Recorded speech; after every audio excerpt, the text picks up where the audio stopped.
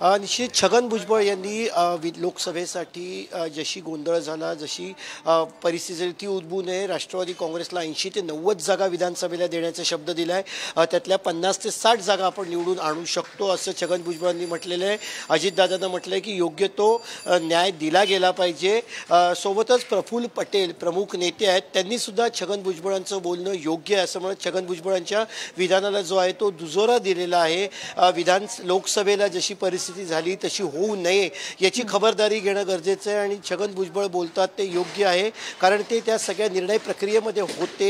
त्या सगळ्या प्रक्रियेमध्ये छगन भुजबळांचा सहभाग आता यापुढे विधानसभेच्या सगळ्या प्रक्रियेत छगन भुजबळ असतील असं म्हणत प्रफुल्ल पटेल यांनी छगन भुजबळांच्या विधानाला जो आहे तो दुजोरा दिलेला आहे. महत्त्वाची बातमी म्हणावी लागेल. एका अर्थाने विधानसभेच्या जे जागा वाटपाच्या चर्चा असतील, ते मागण्या असतील, त्याला आता सुरुवात झाली असं म्हणावं लागेल. महायुतीमध्ये राष्ट्रवादी काँग्रेस अजित पवार यांनी श्री गणेशा केलेला आहे. प्रमुख नेते आहेत छगन भुजबळ, त्यांनी 80 ते 90 जागा देण्याचा शब्द दिलाय अशी भूमिका घेत त्या जागा मिळायला पाहिजेत अशी ठाम त्यांनी भूमिका घेतलेली आहे. आणि अजितदादांना उद्देशून ते हे म्हणालेले आहेत. त्यामुळे लोकसभा निवडणुकीत जो काही तिढा अनेक मतदारसंघात निर्माण झाला होता, त्याच्यामध्ये नाशिक हा मतदारसंघ जो आहे तो लोकसभेचा महत्त्वाचा होता आणि त्याच्यामध्ये केंद्रस्थानी छगन भुजबळ होते.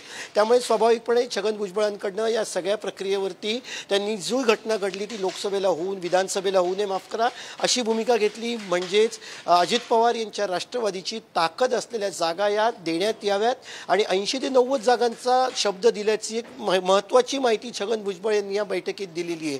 त्यामुळे आता जागा वाटपाच्या फॉर्म्युल्याबाबत चर्चा सुरू होईल. महायुतीत नक्की कोणाला किती जागा देणार हे तितकंच महत्त्वाचं असणार आहे. मात्र विधानसभेच्या आधी लोकसभेला कुठे ना कुठेतरी खेचाताण झाली, कुठे ना कुठेतरी रस्सीखेच सुरू होती, कुठे ना कुठेतरी ताण होता.